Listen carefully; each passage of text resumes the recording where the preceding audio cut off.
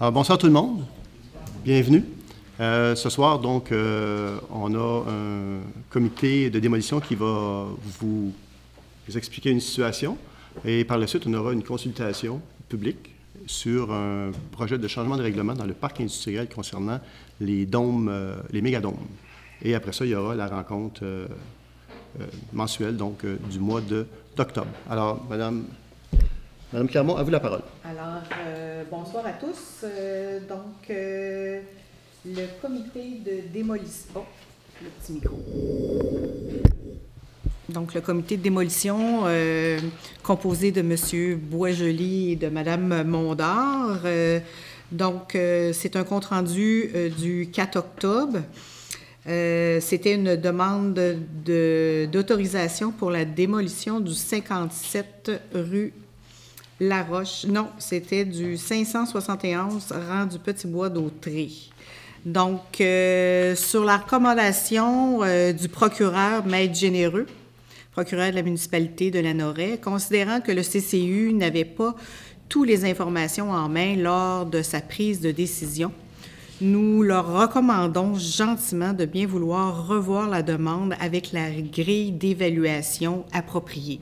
Donc, ce qu'on fait tout simplement, c'est il n'y avait pas toutes les informations en main, donc on va tout simplement demander au CCU de revoir avec la grille. Je pense que c'est assez simple à comprendre, là, pour avoir une opinion éclairée. Donc, c'est ce qui conclut la demande de démolition. C'est bon comme ça. Monsieur Maheu, secrétaire général, on a un point pour adopter les résolutions. Parce que s'il n'y a pas de résolution adoptée par rapport à la décision que les... Excuse-moi. C'est bon? Parfait. D'accord. Ça met fin à cette éloquente consultation, pas consultation, mais information. C'est ça. Alors voilà. Maintenant, on va débuter, si vous voulez bien, la consultation publique sur une modification dans le parc industriel, en ce cas, une modification ou des modifications dans le parc industriel sur les mégadômes. Moi, je vous arrête tout de suite. Oui. Moi, je vais me retirer. Parfait. Donc, c'est ça. Je vous laisse en discuter. Parfait. On vous laisse le temps de quitter. Prenez le temps qu'il faut.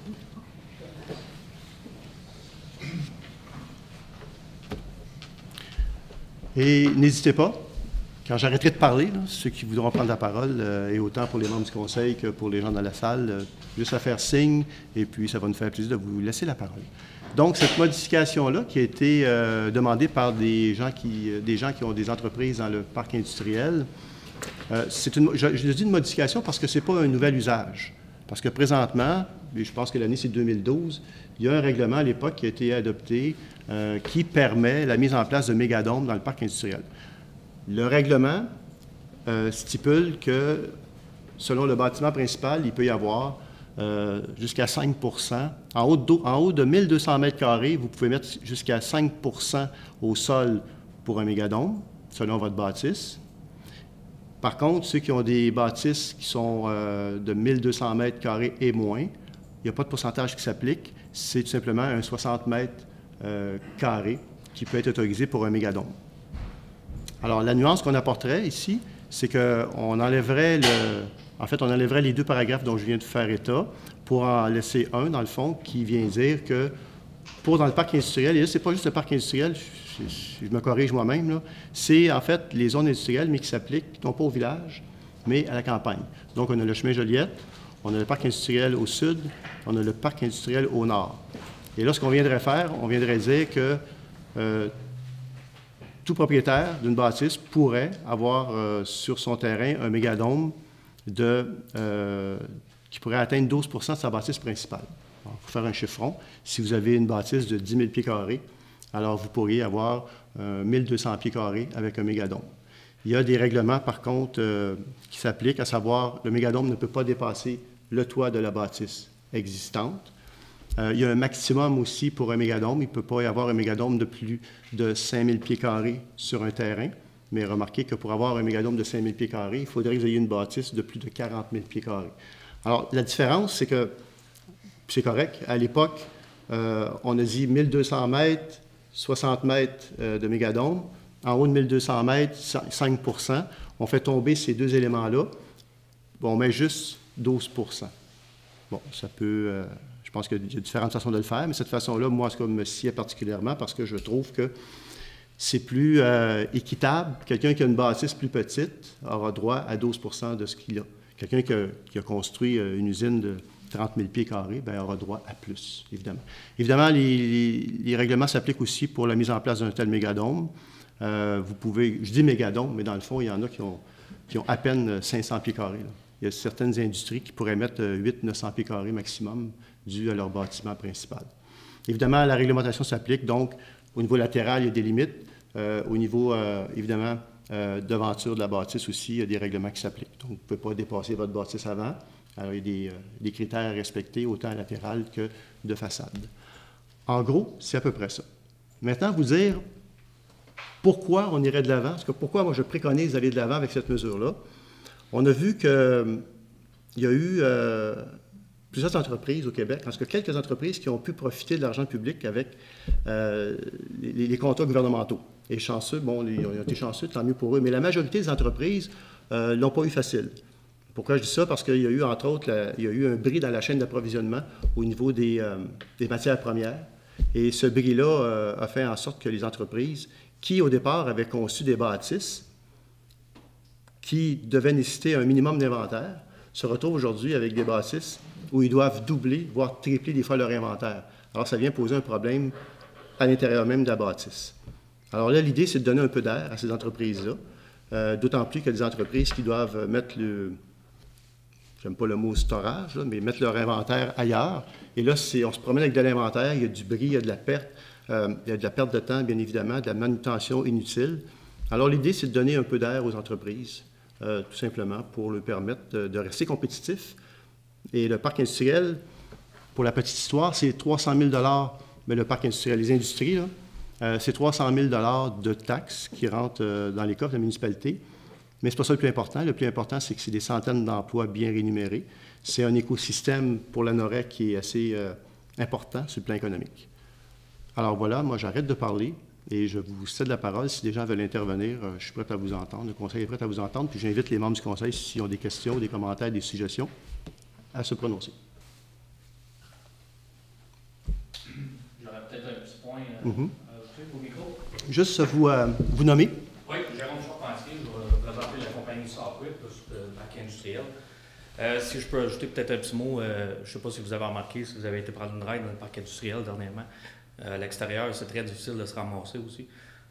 C'est sûr qu'on a des enjeux à l'intérieur de nos usines, mais je regarde n'importe quelle entreprise sur le parc et il y aurait de l'ouvrage à faire à l'extérieur. Un mégadôme va nous aider beaucoup.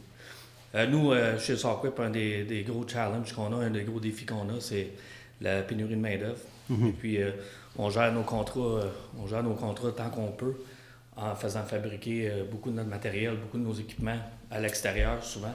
On les amène chez Software avant l'assemblage final. Ça nous prend de la place pour pouvoir l'entreposer.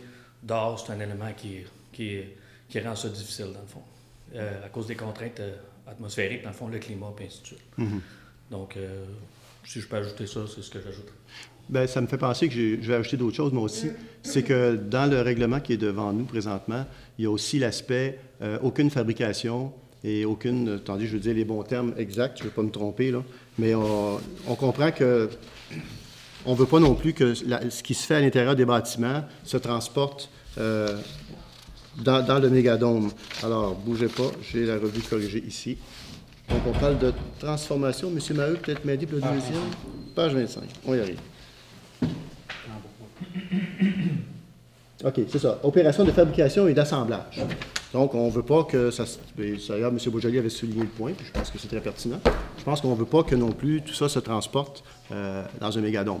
On comprend qu'il peut y avoir, outre transformation, assemblage, il peut y avoir d'autres utilisations qui peuvent être faites que l'inventaire, que d'y mettre l'inventaire. Bien, si je pourrais vous dire, je pense que nos assurances ne nous laisseraient pas.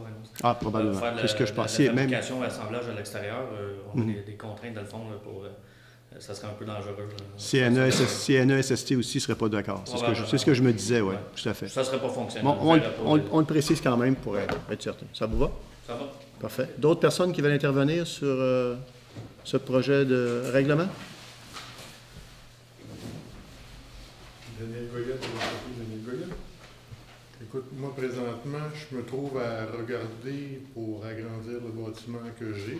Quand on a bâti, on a fait 9000 pieds. Puis, pensant que ça serait assez grand. Mais étant donné qu'on est obligé d'augmenter notre inventaire beaucoup, c'est plus assez grand. Là, j'ai regardé pour la moitié, agrandir, supposons, de 5000 pieds. Mais 5000 pieds me coûte plus cher que ce que j'ai bâti à l'heure actuelle. Qui n'a aucun sens dans le contexte économique qu'on est, parce qu'avant ça, on avait. Je ne dirais pas qu'on est en difficulté, sauf que les ventes étaient plus faciles. Mais à cause de la hausse des coûts des matériaux, c'est pas du tout comme c'était. On recule quasiment de 5 ans en arrière au niveau des ventes. Ce qui fait que dire que je vais dépenser 1,1 million, 1,2 million pour agrandir la moitié de l'achat que j'ai, ça n'a aucun bon sens au moment où on se parle. J'avais regardé Mégadome, on me disait non, parce que c'était... En fait, c'était trop petit. Ce que j'ai besoin, c'était trop petit. J'ai regardé pour faire juste un entrepôt de 75 par 120. Je me ramasse encore à entre 550 et 600 000. Juste pour un entrepôt. Puis pas isolé, pas chauffé, juste l'éclairage, juste stockage. Fait que oui, c'est sûr et certain que l'avenue de Mégadome avoir 12 %, ça m'aiderait à sortir du stock que j'ai. Ça ne règle pas mon problème pour mettre tout mon matériel, mais ça m'aiderait sur une partie, c'est certain. Bien, pour moi personnel. Oui, bien, c'est ça. Dans le fond, l'objectif, c'est de donner un peu d'air aux entreprises. C'est leur permettre, comme je disais tantôt, vous avez conçu des bâtisses au départ pour un inventaire X, mais là, c'est plus ça. Là. Ça a explosé. Si la chaîne d'approvisionnement est brisée, si vous ne commandez pas le double ou le triple de ce que vous avez besoin dans les mois qui viennent, bien, ça va pas, vous allez être à court de matériaux dans 3 mois, 4 mois. Est-ce que ça va se replacer? On se le souhaite, mais on rentre dans une... je ne veux pas faire mon prophète de malheur, mais on rentre dans une ère un petit peu moins stable. Hein? La stabilité économique, elle commence à... En tout cas, elle est moins là. On a comme l'impression qu'elle est moins là. Présentement, elle l'est pas. Présentement, elle l'est pas. Bon. La hausse des taux d'intérêt ne nous aide pas. Mais j'essaie d'être optimiste, moi, je me dis. Non, oui, moi aussi, oui. c'est certain. La hausse des taux d'intérêt, effectivement. Travers, exact. Ça aille super bien. On vous souhaite tous. Mais dans le fond, au moment où on se parle, il faut garder nos sous. Il ne faut pas faire des liaisons. Exact. Ça va? Ça va. Super. Est-ce que d'autres personnes veulent intervenir sur le sujet? Ça va? Alors, si... Oui? J'aurais une question. Oui, bien sûr. Est-ce que c'est spécifié ou le sol, est-ce que c'est en pierre, en ciment, en... C'est selon les... quand les personnes vont... Ceux qui vont se prévaloir de Mégadome, ils ont des spécifications précises quant aux fabricants. Est-ce qu'ils vont le mettre sur une dalle de béton? Est-ce qu'ils vont le pieuter? Je n'en ai aucune idée, mais ça va être spécifié selon les normes du fabricant. S'ils ne respectent pas ça, ces normes-là. Il n'y a pas de garantie. Ben oui, c'est ça. Puis je pense qu'ils ne l'installeront pas non plus. Parce que je ne pense pas qu'ils vont se mettre à installer eux-mêmes. Alors, il y a vraiment des spécifications. En passant, un autre élément, pendant que j'ai des gens ici du parc industriel, autant du sud, nord que sur le chemin Joliette ou ailleurs dans la campagne, excusez-moi de dire ce terme-là, je ne le dis pas de façon péjorative, mais donc à l'extérieur du village, vous avez des conteneurs certains. Vous avez le droit à 2 conteneurs, ce que le règlement précise.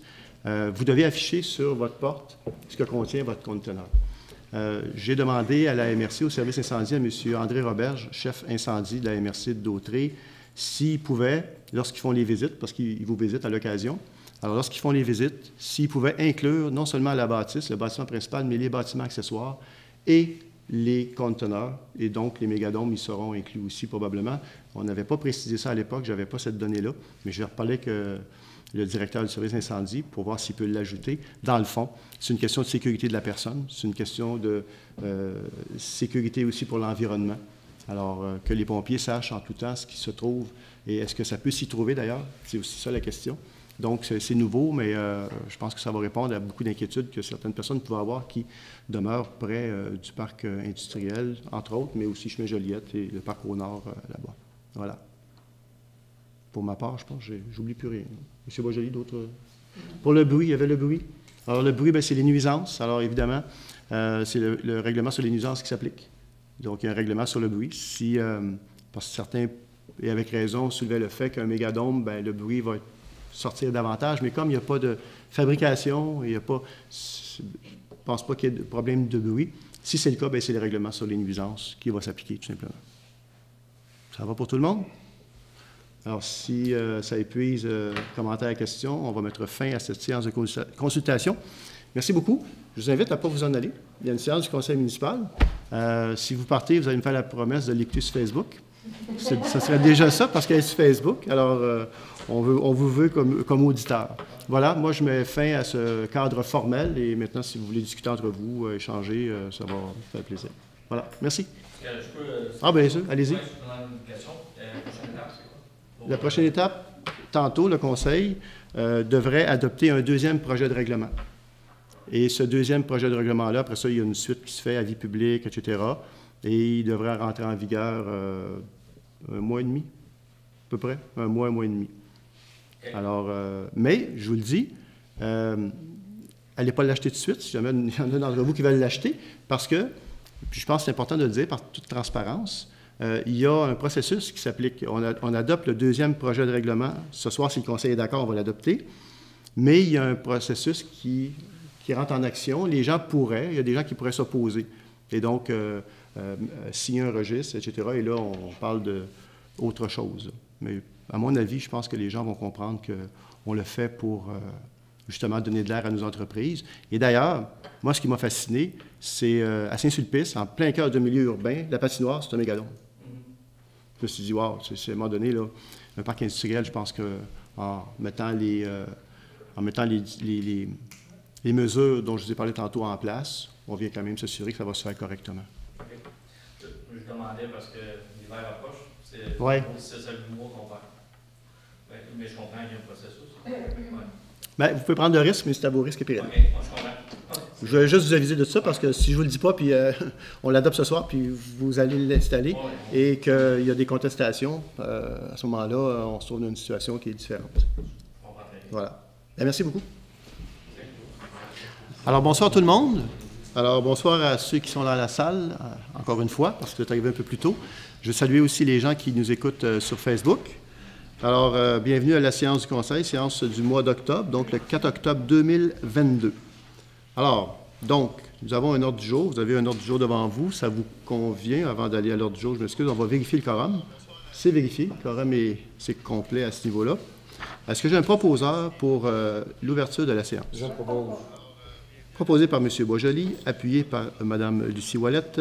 À ma droite, ceux qui sont en faveur. D'accord. À ma gauche? D'accord. Alors, c'est unanime. Maintenant, adoption de l'ordre du jour, comme je disais il y a quelques instants. Est-ce qu'il y a des points à ajouter, à soustraire? Il y en aurait peut-être un. On en parlera tantôt pourquoi on l'enlève, là, sur le comité de démolition. On l'expliquera plus tard, plus loin. Ça va pour tout le monde? Ça me prendrait un proposeur pour l'adoption de l'ordre du jour. Je propose. Proposé par Mme Lucie Ouellette, appuyé par Mme Mondard. Madame, c'est qui a parlé? C'est vous? C'est moi qui ai parlé. Donc, c'est Mme Clermont.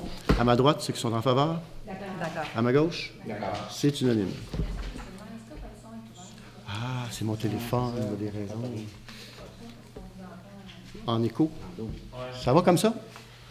Désolé pour ceux qui avaient des écouteurs à la maison, si c'était de l'écho. Point 3, approbation des procès-verbaux du 6 et 21 septembre 2022. Considérant qu'une copie des procès-verbaux a été préalablement transmise aux membres du conseil municipal et qu'ils reconnaissent en avoir pris connaissance, en conséquence, proposé, appuyé et résolu que les procès-verbaux du 6 et 21 septembre 2022 soient approuvés. Avant de l'approuver, est-ce qu'il y a des gens qui ont des commentaires, des choses à ajouter? Ça va? Au niveau des membres du conseil? D'accord. Est-ce que j'ai un proposeur? Je propose. Proposé par Mme Clermont. Un appuyeur? J'appuie. Appuyé par M. Lavallée. À ma droite, ceux qui sont en faveur. D'accord. À ma gauche? D'accord. C'est unanime. Point 4, entente travaux municipaux. Agrandissement de l'école La Source d'Autrey.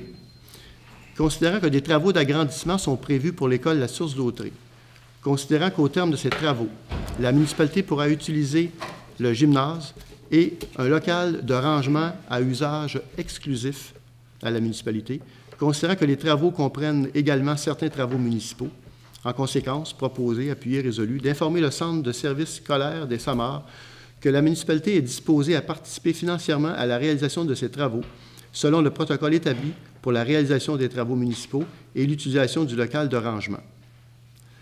D'informer le centre que les frais reliés aux travaux d'Aqueduc soient pris à même le fonds d'Aqueduc, donc, pour le dire plus clairement, que la municipalité va assumer ces frais-là, et que le solde soit pris à même le fonds général. Quand on parle du solde, on parle ici de l'allocation du local pour la municipalité à l'intérieur de l'école.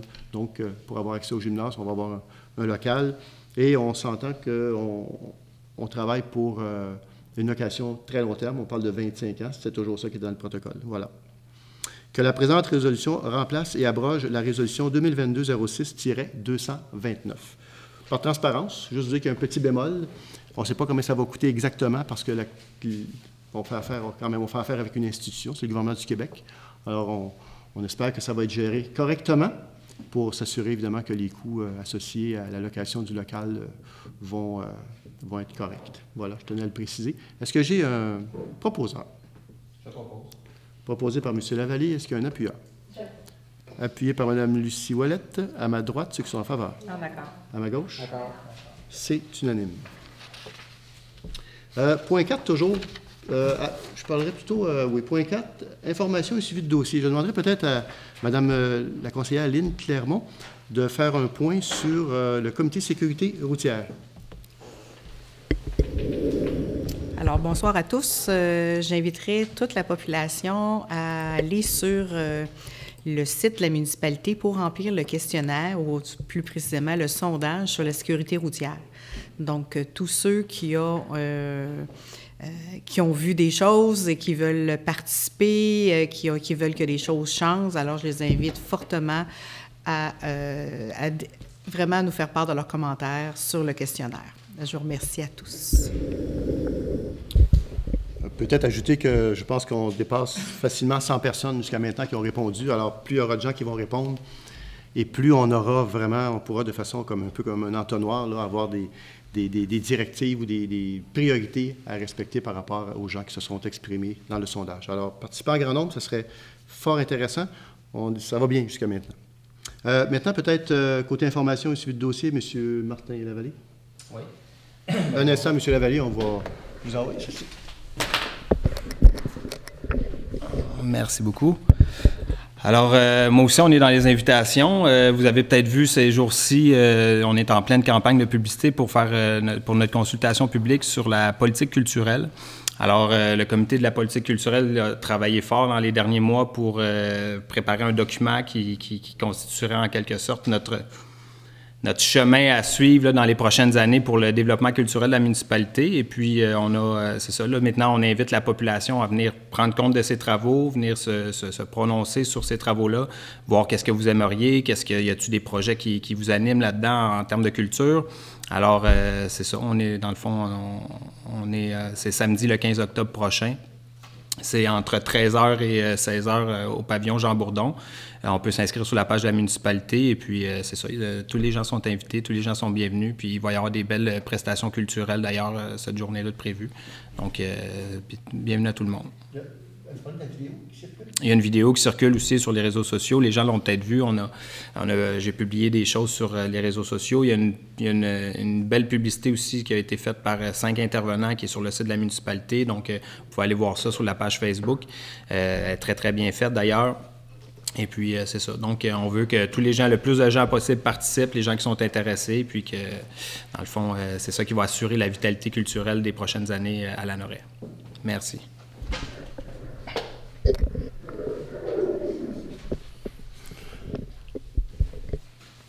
Alors, ça nous amène au point 5, 5.1, état comparatif des revenus et dépenses au 31 août 2022. Sur ce point, je laisserai...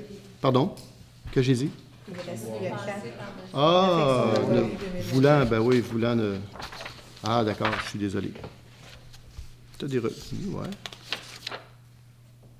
Est-ce qu'il me manque quelque chose? Oui. Exact. Eh bien, attendez un petit peu, je vais retrouver ma page. Où est ma page 5? Je peux emprunter la vôtre, M. Boisjoli? C'est bien aimable. Alors voilà.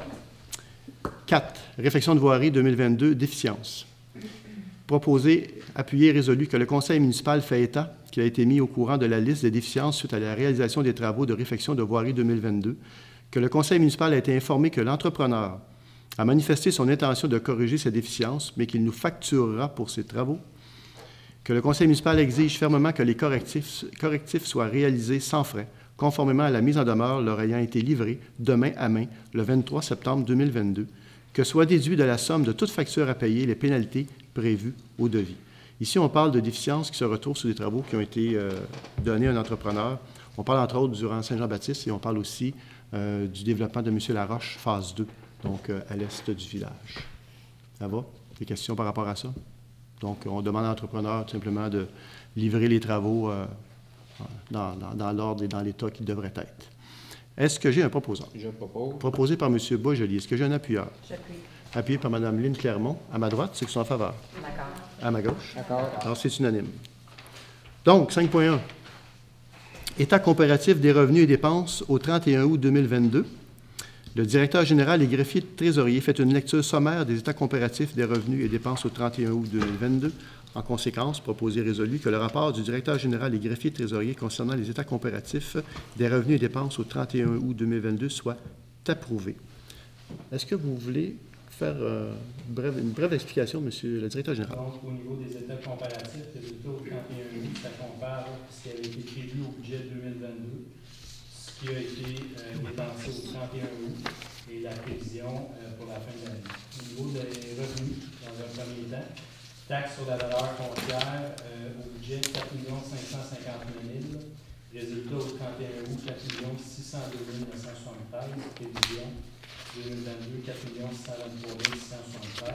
Sur un autre base, donc c'est l'ensemble des taxes qu'on perçoit pour les autres frais, entretien d'assainissement, vidange des fosses septiques, aqueduc, matières résiduelles. Ce qui avait été prévu au budget, 1 13 800. Résultat au 31 août, 941 789. On devrait terminer l'année à 1 18 381. Les taxations sur une autre base, donc c'est des taxes de secteur, ce qui avait été prévu au budget. 40 500, résultat au 31 août, 40 417. On devrait terminer l'année avec 40 417.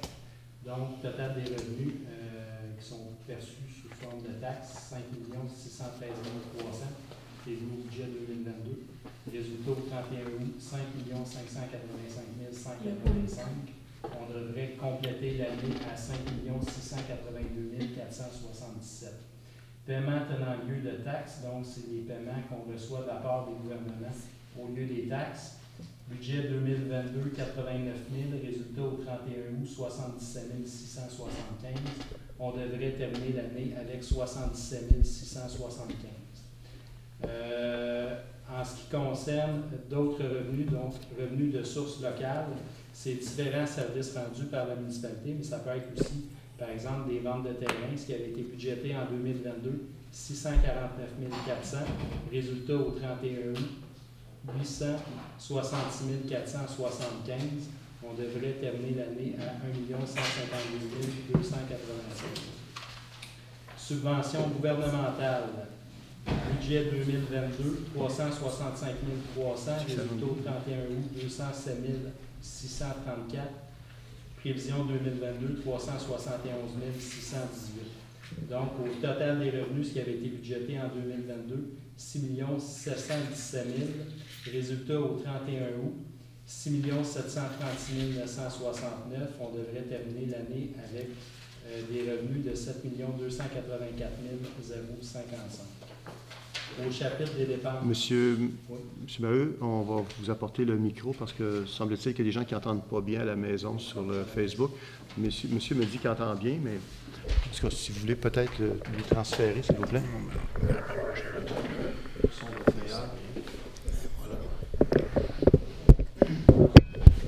Au niveau des dépenses, administration générale, ce qui avait été budgété pour l'année 2022, 1 338 600, résultat au 31 août, 812 968, prévision pour la fin de l'année, 1 202 228, sécurité publique, budget 2022, 1 374 700, résultat au 31 août, 956 015, prévision 2022, 1 367 308, sécurité civile, budget 2022, 40 500, résultat au 31 août, 23 223, prévision 2022, 38 127. En transport, budget 2022, 1 278 000, résultat au 31 août, 774 000, prévision 2022, 1 154 472. En hygiène du milieu, budget 2022, 1 23 600, Résultat au 31 août, 505 662. Prévision 2022, 1 26 483. Santé bien-être, budget 2022, 67 700. Résultat au 31 août, 27 120. Prévision 2022, 59 219. En urbanisme, budget 2022, 441 300. Résultat au 31 août, 206 963. Prévision 2022, 308 093. En loisirs et culture, budget 2022, 1 89 000. Résultat au 31 août, 625 065. Prévision 2022, 913 103.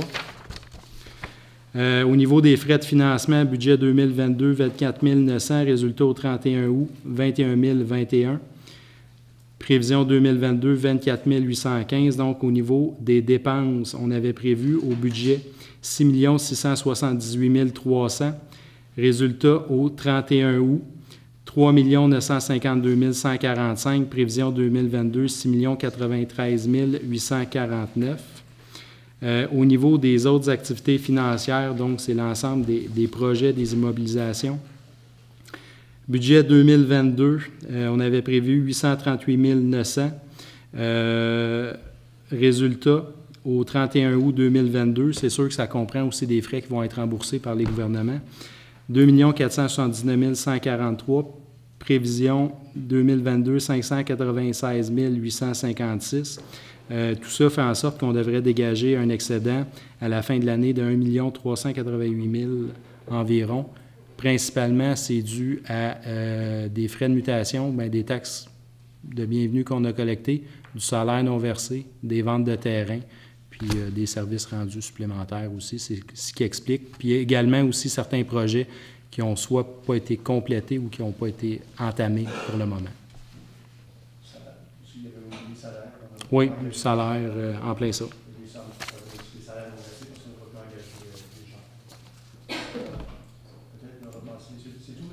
C'est tout.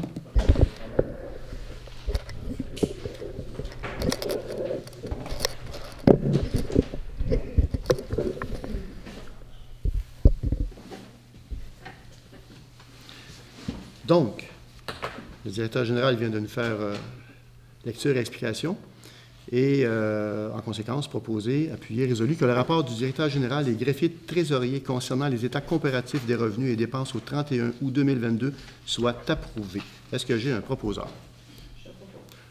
Proposé par Mme Mondor. Est-ce que j'ai un appuyeur? J'appuie.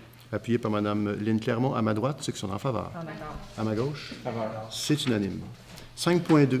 Dépôt du rapport d'audit de conformité portant sur la transmission des rapports financiers. Proposé, appuyé et résolu que le directeur général et greffier trésorier dépose le rapport d'audit de conformité portant sur la transmission des rapports financiers préparé par la Commission municipale du Québec, lequel est annexé au présent pour en faire partie intégrante. Donc, la bonne nouvelle, c'est qu'on a bien passé l'audit, mais ils veulent une résolution pour le dire qu'on a bien passé l'audit. Donc, on va simplement voter une résolution si le Conseil est d'accord. Est-ce que j'ai un proposeur? Je propose. Proposé par Mme Clermont. Est-ce que j'ai un appuyeur?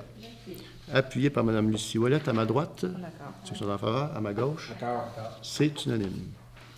5.3. Avis de motion et dépôt du projet de règlement relatif au parc canin municipal. La conseillère ou le conseiller donne avis de motion indiquant qu'un membre du conseil pourra proposer à la prochaine séance ou à toute autre séance subséquente du conseil un projet de règlement relatif au parc canin municipal et dépose le projet de règlement numéro 121-2022, lequel sera adopté à une séance subséquente. Le dit projet de règlement sera sur le site Internet de la municipalité à partir de la fin de la semaine. D'ici la fin de la semaine, il sera sur le site de la municipalité. J'invite les propriétaires de chiens, donc, qui vont utiliser le parc à chiens, d'aller le voir, de le regarder, puis peut-être de nous faire des commentaires ou des suivis par rapport à cela. En fait, on a tout simplement regardé un peu ce qui se faisait ailleurs, puis on l'a adapté à la municipalité ici. Est-ce que j'ai une conseillère ou un conseiller qui donne avis de motion? Je peux donner avis de motion. Mme Mondor donne avis de motion. Voilà. Je ne vous le lirai pas parce qu'il y a quand même 3 pages, mais vous allez l'avoir sur le site de la municipalité, vous aurez le temps amplement de le consulter. 5.4, mandat procureur, cour municipale. Il est proposé appuyé et résolu de mandater le cabinet Roy et Asselin, Inc., à titre de procureur en poursuite à la Cour municipale de la MRC de Dautré, et ce, pour un montant de 1 600 par année, taxes en su. Alors, on fait affaire maintenant avec 2 procureurs. On a Maître Généreux, qui est le procureur depuis 2000 et même avant, parce qu'il était à Saint-Joseph, lorsque Saint-Joseph était encore une municipalité. Et puis, donc, il est procureur de la municipalité depuis très, très longtemps. Évidemment, il va prendre sa retraite incessamment et on essaie de faire un transfert là, de façon coordonnée et de belle façon, bref. Et donc, on va donner un mandat à Maître Asselin, en fait, c'est la firme, le cabinet Roy et Asselin, pour, entre autres, commencer à traiter les dossiers à la Cour municipale. Est-ce que j'ai un proposeur? Je propose. Proposé par Mme Clermont. Est-ce que j'ai un appuyeur? J'appuie. Appuyé par M. Lavallée. À ma droite, ceux qui sont en faveur. D'accord. À ma gauche. C'est unanime. 5.4, mandat procureur. Considérant le dossier d'infraction portant le numéro 2022-0023, considérant les interventions réalisées par le service d'urbanisme aux fins de régulariser le dit dossier, considérant que le propriétaire ne s'est pas conformé, en conséquence, proposé et résolu de mandater le cabinet Roy et Asselin, Inc., pour entreprendre toute procédure nécessaire à l'obtention d'une ordonnance auprès de la Cour municipale afin de régler le dossier mentionné au préambule. On parle ici d'un dossier de piscine. Donc, la municipalité a des obligations légales. Elle doit faire appliquer les lois du gouvernement du Québec, surtout quand on parle de dossier de piscine. Alors, il faut évidemment respecter la réglementation en vigueur. Est-ce que j'ai un proposeur? Je propose. Proposé par Mme Lynne Clermont. Est-ce que j'ai un appuyeur? J'appuie. Appuyé par M. Lavallée. À ma droite, ceux qui sont en faveur. À ma gauche. C'est unanime. 5.5, la TEC, dépôt d'une version révisée. Alors, ça va comme suit.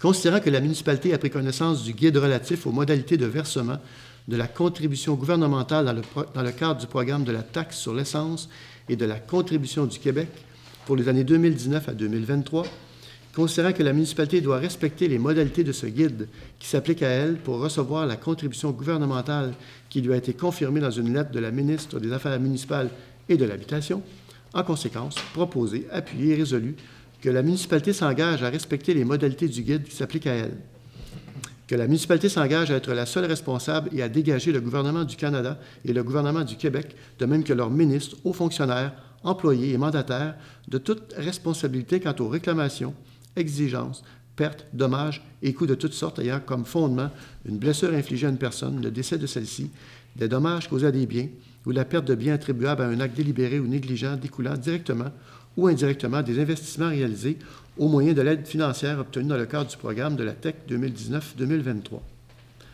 Que la municipalité approuve le contenu et autorise l'envoi au ministère des Affaires municipales et de l'Habitation de la programmation de travaux, numéro 2, ci-jointe, de tous les autres documents exigés par le ministère en vue de recevoir la contribution gouvernementale qui lui a été confirmée dans une lettre de la ministre des Affaires municipales et de l'Habitation. Que la municipalité s'engage à atteindre le seuil minimal d'immobilisation qui lui est imposé pour l'ensemble des 5 années du programme. Que la municipalité s'engage à informer le ministère des Affaires municipales et de l'Habitation de toute modification qui sera apportée à la programmation de travaux approuvée par la présente résolution. Que la municipalité atteste par la présente résolution que la programmation de travaux, numéro 2, ci-jointe, comporte des coûts réalisés, véridiques et reflète les prévisions de coûts des travaux admissibles. Alors, c'est pas la première fois qu'on la vote, c'est la deuxième fois, M. Maheu. Alors, c'est lorsqu'il y a des changements, il faut évidemment refaire le processus, donc comme quoi qu'on va réaliser les travaux dans les temps, puis qu'on décharge le gouvernement de toute responsabilité.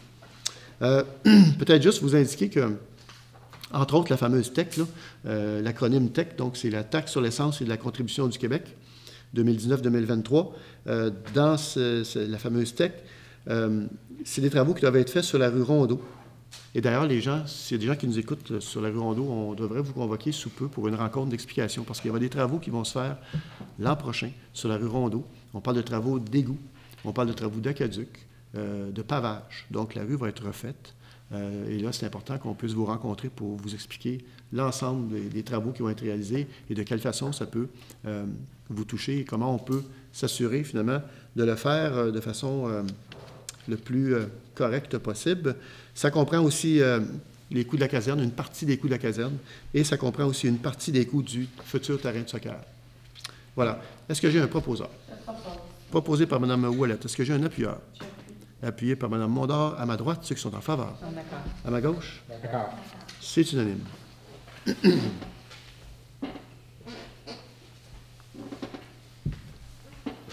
5.6, demande de subvention JA de Sèvres. Il est proposé, appuyé résolu, d'autoriser le directeur général et greffier trésorier à demander une subvention de 10 000 à la Fondation JA de Sèvres pour l'année 2022 afin de maintenir l'accès gratuit à la piscine et à la pataugeoire municipale. C'est une subvention qu'on a depuis très, très longtemps. Alors, pour la petite histoire, JA de Sèvres, ancien propriétaire de Télémétropole, qui avait à l'époque payé la piscine qui a été démolie, puis on a construit une autre à côté du pavillon Nouveau Point de Vue. Alors, c'est une subvention qui, en général, nous est accordée à tous les ans. Alors, ça permet justement d'avoir une gratuité pour l'ensemble des citoyens pour l'accès. Voilà. Est-ce que j'ai un proposeur? Proposé par M. Boisjoli. Est-ce que j'ai un appuyeur? Appuyé par M. Martin Lavallée. À ma droite, ceux qui sont en faveur. D'accord. À ma gauche. C'est unanime. 5.7, demande de subvention pour les péchés mignons. Proposé, appuyé et résolu d'autoriser le directeur général et greffier trésorier à demander une subvention au ministère de l'Agriculture, des Pêcheries et de l'Alimentation dans le cadre de la 20e édition des péchés mignons de la Noret prévue pour 2023. En effet, l'an prochain, ça va faire 20 ans. Et peut-être, on peut en profiter, il va y avoir un péché mignon au mois de novembre. Ça sera annoncé, là, vous le verrez passer.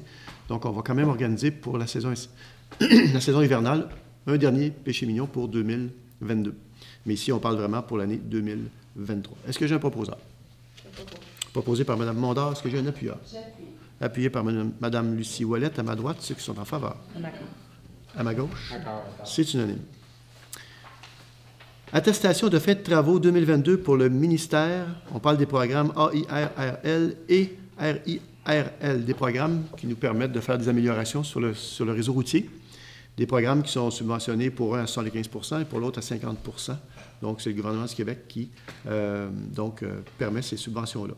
Considérant que la municipalité de la Noret a pris connaissance et s'engage à respecter les modalités d'application des volets redressement et accélération de programmes d'aide à la voirie locale, considérant que seuls les travaux réalisés après la date figurant sur la lettre d'annonce sont admissibles à une aide financière, considérant que les travaux ont été réalisés du 9 juin 2002 au 16 août 2022, considérant que la municipalité de la Noret sur le site Web du ministère, les factures, les décomptes progressifs et tout autre document attestant les sommes dépensées, coûts directs et frais, incidents, la présente résolution municipale approuvée par le Conseil attestant à la fin des travaux, un avis de conformité, un certificat de réception provisoire ou définitive des travaux émis par un ingénieur, sauf pour les travaux de scellement de fissures, de rapiéçage mécanisé et de rechargement granulaire. En conséquence, proposé, appuyé et résolu que le Conseil de la municipalité de la Noret autorise la présentation de la reddition de compte des travaux admissibles selon les modalités d'application en vigueur et reconnaît qu'en cas de non-respect de celle-ci, l'aide financière sera résiliée. Voilà. Beau programme, honnêtement. Ça permet de faire beaucoup de travaux dans la municipalité au niveau du réseau local. Alors, c'est deux programmes qui sont fort appréciés, je dirais. Est-ce que j'ai un proposant? Je propose. Proposé par Mme Lynne Carmon. Est-ce que j'ai un appuyeur? Appuyé par M. François Boisjoli. À ma droite, ceux qui sont en faveur. À ma gauche. C'est unanime. 7.2, entretien des chemins, rechargement d'accotement. Il est proposé, appuyé résolu, d'autoriser un budget de 18 000 taxe nette pour le rechargement d'accotement. On parle ici plus spécifiquement du rang Saint-François.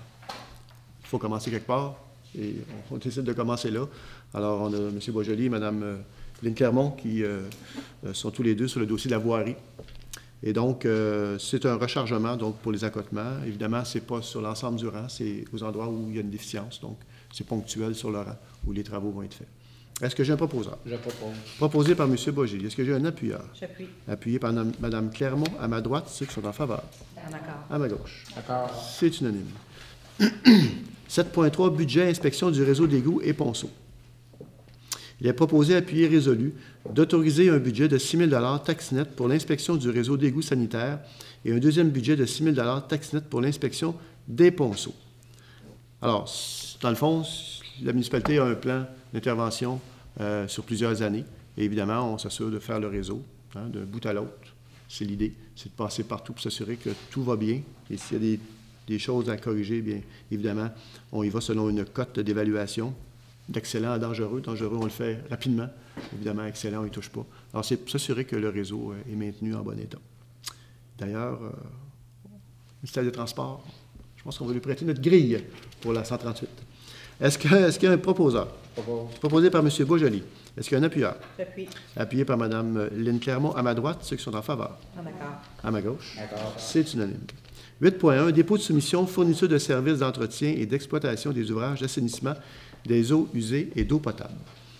Considérant que la municipalité a procédé à un appel d'offres public pour la fourniture de services d'entretien et d'exploitation des ouvrages d'assainissement des eaux usées et d'eau potable, considérant que l'attribution de ce contrat est assujettie au système d'évaluation et de pondération des offres, considérant qu'un seul soumissionnaire a acheminé les documents requis dans le délai prévu, au plus tard le 22 septembre 2022 à 11 h, soit Nordico, considérant l'analyse et le rapport du comité de sélection daté du 3 octobre 2022, en conséquence, proposé, appuyé, résolu, d'octroyer le contrat pour la fourniture de services d'entretien et d'exploitation des ouvrages d'assainissement des eaux usées et d'eau potable à l'entreprise Nordico, ayant eu un pointage final de 4,8235 et étant le seul soumissionnaire et dont la soumission est conforme, donc un montant de 320 603 et 9 sous, taxes incluses, pour 3 ans, soit du 1er janvier 2023 au 31 décembre 2025, et ce, tel que défini au devis. La municipalité se réserve le droit de prolonger le présent contrat annuellement jusqu'à une durée totale de 5 ans, et ce, tel que prévu au devis. Est-ce qu'il y a des questions par rapport à ça? Ça va? D'accord. Est-ce que j'ai un proposeur? Je propose. Proposé par Mme Clermont. Est-ce que j'ai un appuyeur? J'appuie. Appuyé par Mme Mondor. À ma droite, ceux qui sont en faveur. D'accord. À ma gauche. C'est unanime. 8.2, déneigement, puis numéro 6.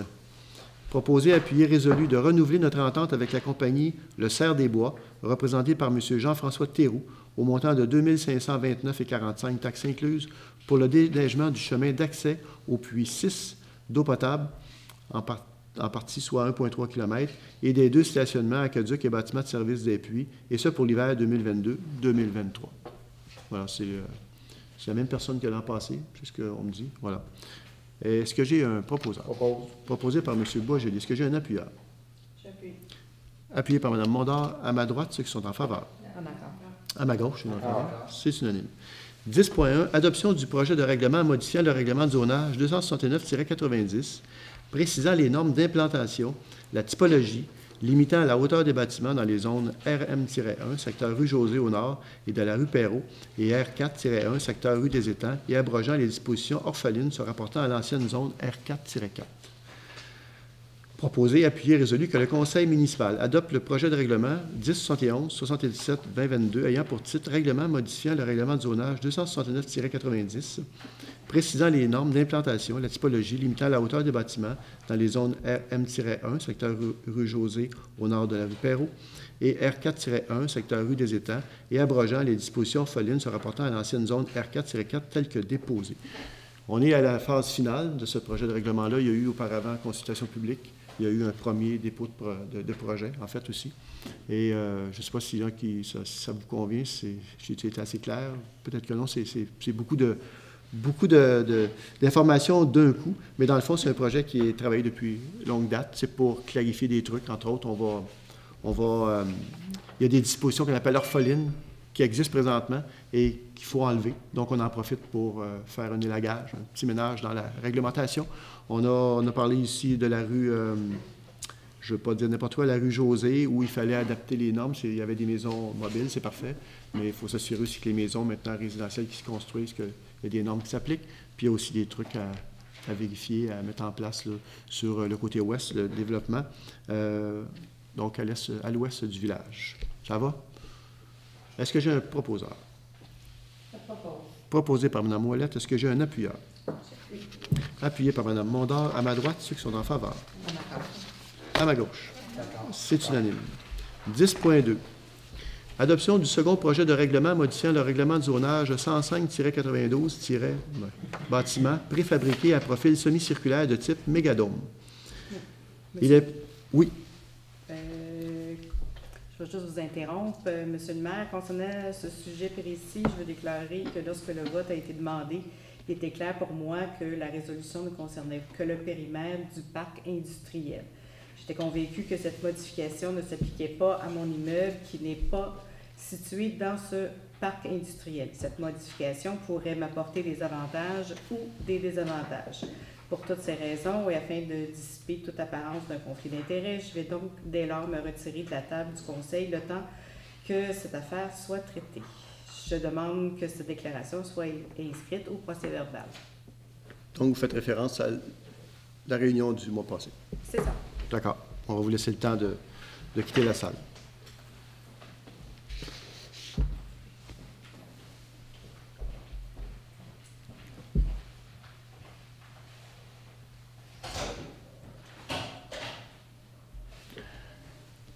Donc, alors on va continuer. Adoption du second projet de règlement modifiant le règlement de zonage 105-92, bâtiment préfabriqué à profil semi-circulaire de type mégadome.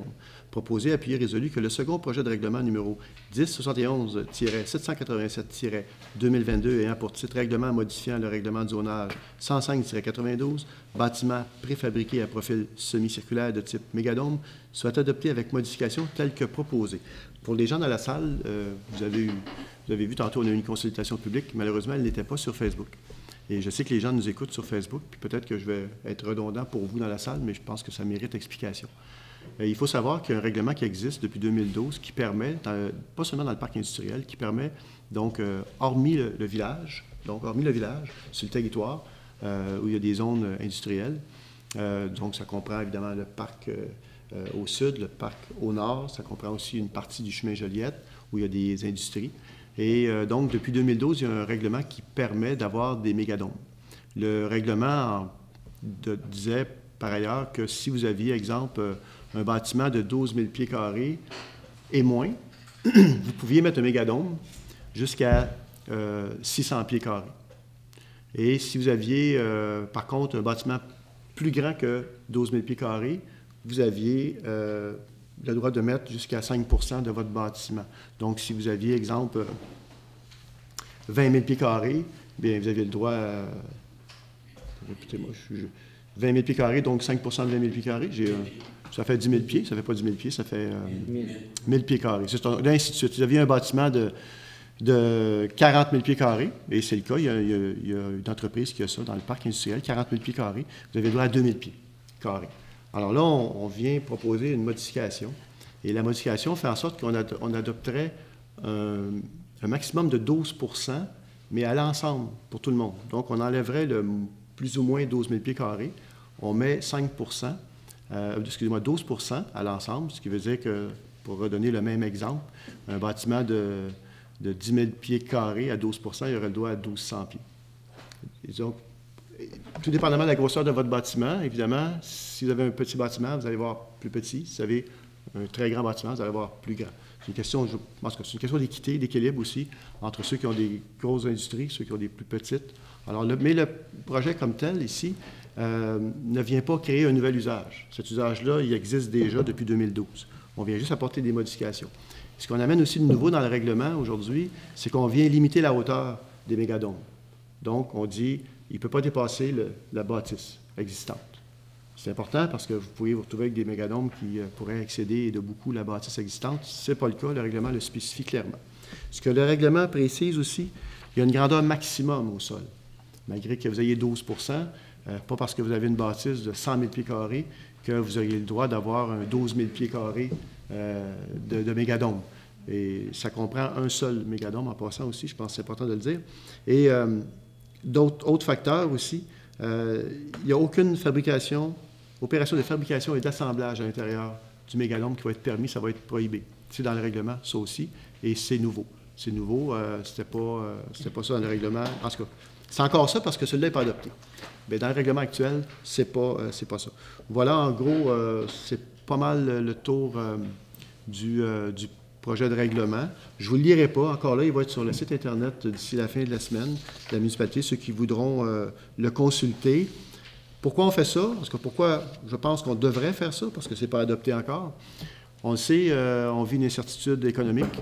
Il y a eu aussi, avec la pandémie puis la guerre en Ukraine, il y a eu un bris d'approvisionnement des matières premières.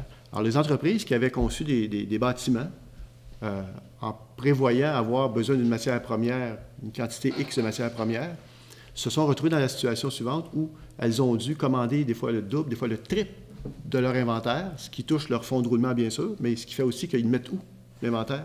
Ils peuvent plus. Le bâtiment, ils ont construit en fonction d'une production X, et là, ils se retrouvent à avoir de l'inventaire en quantité trop grande. Alors, souvent, ils vont louer des bâtiments où c'est disponible. Il y a des entreprises qui louent des bâtiments à l'Assomption, à Joliette, pour entreposer le stock. Et là, on parle de frais pour eux autres. C'est des frais supplémentaires, de manipulation, de transport. Qui parle de manipulation, parle de bris, parle de pertes, etc., de temps et de matériel. Donc, l'idée, c'est de donner un peu d'air à nos entreprises, de leur permettre justement de pouvoir rester compétitifs. On a un beau parc industriel. On a des gens des entrepreneurs qui sont extraordinaires, qui créent des emplois extraordinaires. Puis, comme je le disais tantôt, c'est 300 000 de taxes, mais ça, c'est pas le 300 000 de taxes que le parc rapporte qui est le plus important. C'est le fait que c'est un écosystème économique pour la Noret. Hein? Ça permet évidemment, vous savez, ça permet d'injecter dans l'économie de la vigueur, si on peut dire ça comme ça. Et la Noret, nous sommes les premiers à en profiter comme communauté. Alors voilà, c'est une question de pouvoir lui donner un peu d'air. Voilà le pourquoi du changement. Encore une fois, je le répète, on ne change pas un usage, c'est déjà possible de le faire.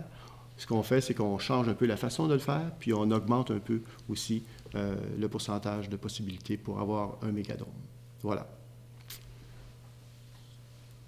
Ça va, j'espère. Je sais que dans la salle, vous l'avez entendu.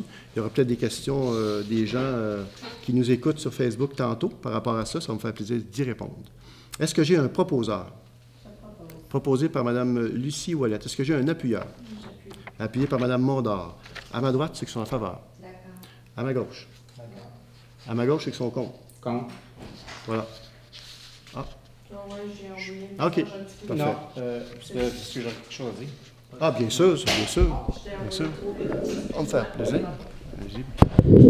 Je peux me permettre, moi je vote contre parce que en passant de 5 à 12 % de la superficie de ce qui va être permis, ça va. Il y a plusieurs personnes dans le parc qui disaient que 5 % c'était pas assez grand pour que ça soit valable de faire une bâtisse comme ça.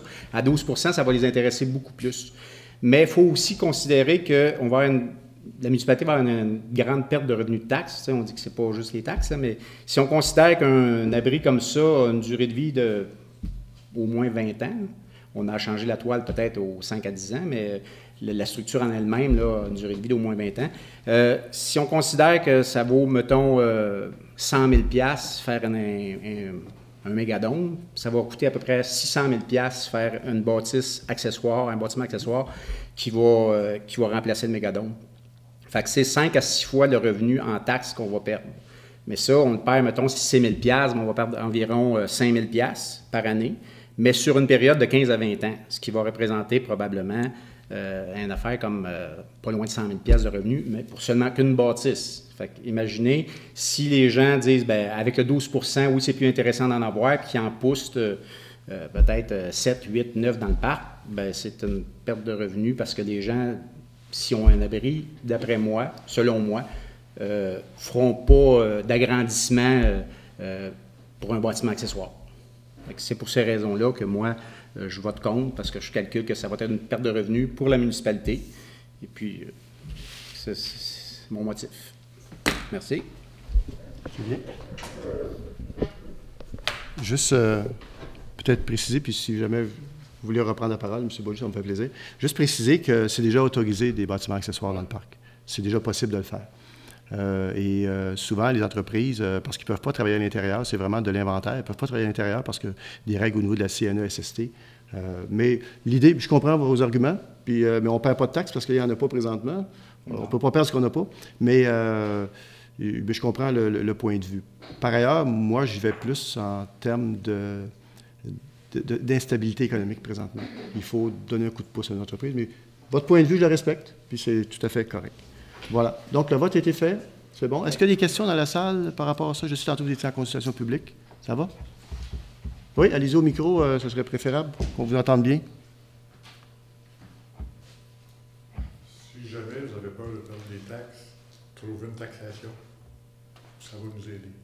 Trouver quoi? Répète. Trouver une taxation pour le mégadome. That's it. Ah, tu sais, il donne des bons... C'est bien facile. à voir si c'est permis. Si à 5 on n'avait pas, bien, si la différence du 5 à aller au 12 vous nous taxez, je vais être bien content. De toute façon, on en paye des taxes. Je vais en payer un peu plus. Sauf que ça va nous donner coup de main. C'est bon. C'est le même que je vois ça. OK. C'est la beauté de la démocratie. Oui, Mme Mondor, vous voulez...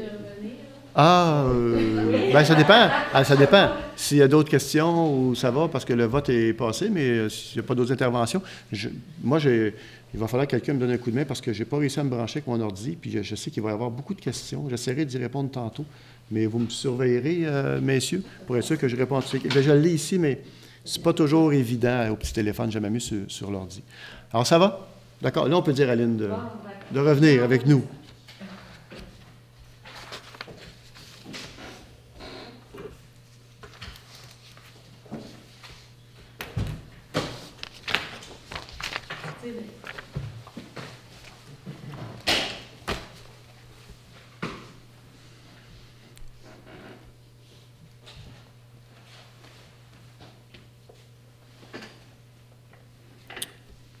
D'accord. Alors, on continue. 10.3.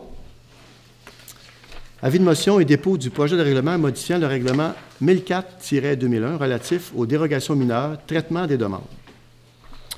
La conseillère ou le conseiller donne avis de motion indiquant qu'un membre du conseil pourra proposer à la prochaine séance ou à toute autre séance subséquente du conseil un projet de règlement modifiant le règlement 1004-2001 relatif aux dérogations mineures concernant le traitement des demandes et dépose le projet de règlement numéro 1004-1-2022, lequel sera adopté à une séance subséquente.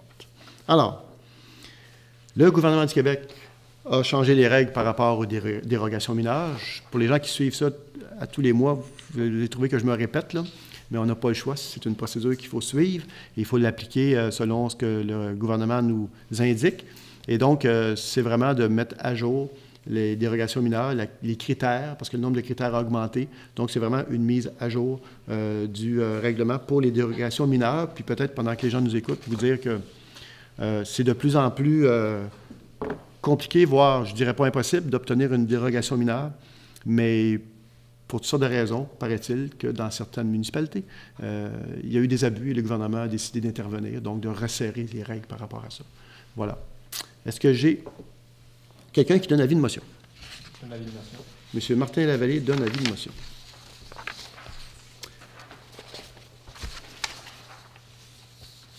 OK. 10.4, demande d'autorisation de démolition, 571 rang du Petit-Bois-d'Autré. Tantôt, à 19h30, il y avait une rencontre du comité de démolition dont fait partie Mme Lynne Clermont, Mme Mondor et M. François Boisjoli. Et ils ont dû, suite à des vérifications, reporter donc le tout pour des raisons là, je dirais, avis du procureur qu'il fallait refaire un processus parce que le processus n'avait peut-être pas été fait dans toute sa rigueur. Alors donc, ça va être refait. On va le faire correctement. C'est un processus qui peut être long, alors il vaut mieux partir du bon pied, comme on dit, puis le faire comme il faut. Donc, voilà. Donc, le point est tout simplement retiré de l'ordre du jour, parce que dans le fond, la résolution que nous avons devant nous, qui est retirée, c'était pour prendre acte de la décision du comité de démolition, mais il n'y a pas eu de décision ce soir. Ça va?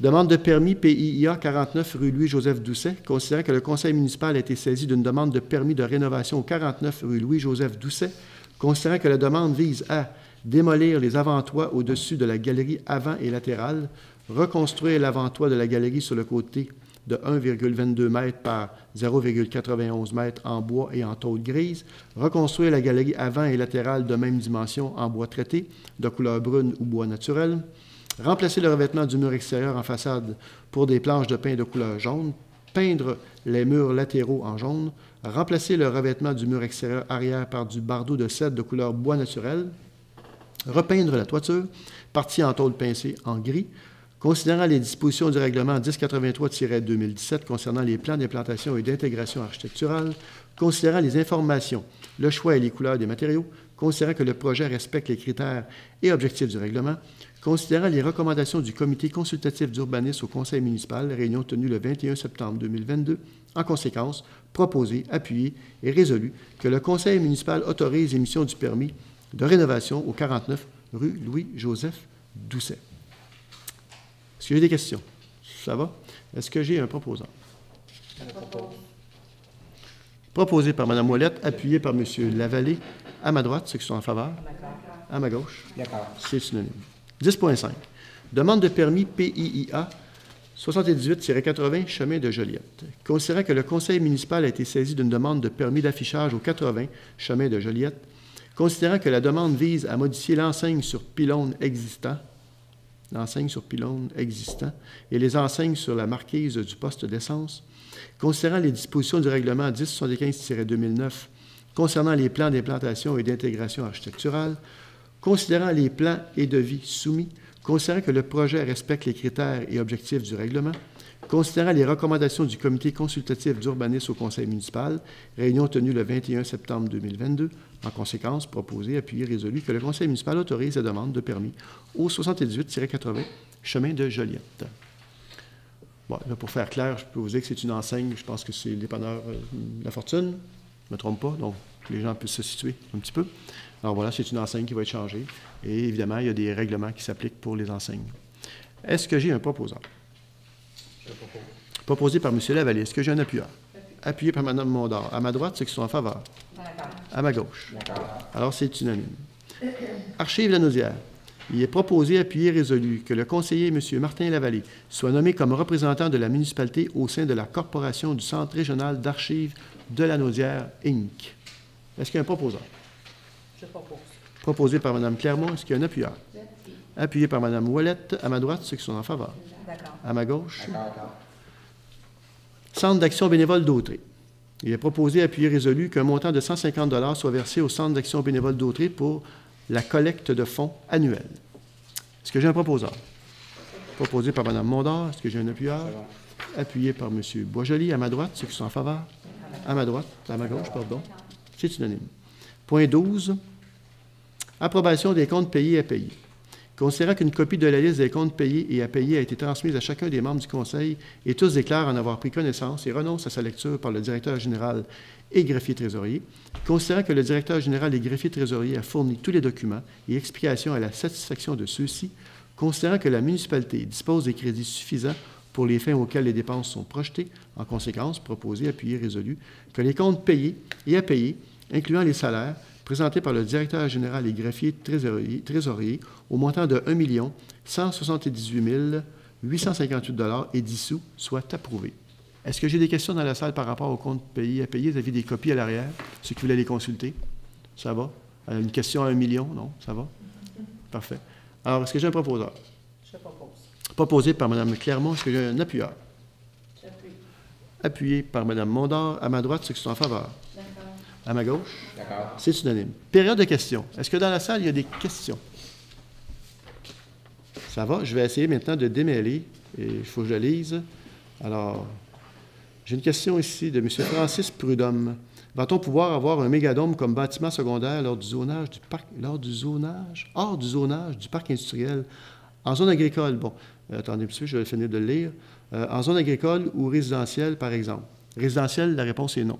En zone agricole, c'est couvert par un autre règlement. C'est pas vraiment la municipalité qui peut réglementer la zone agricole. C'est sûr qu'on a une surveillance à faire, mais il y a des règles qui s'appliquent qui sont très distinctes pour le territoire agricole versus...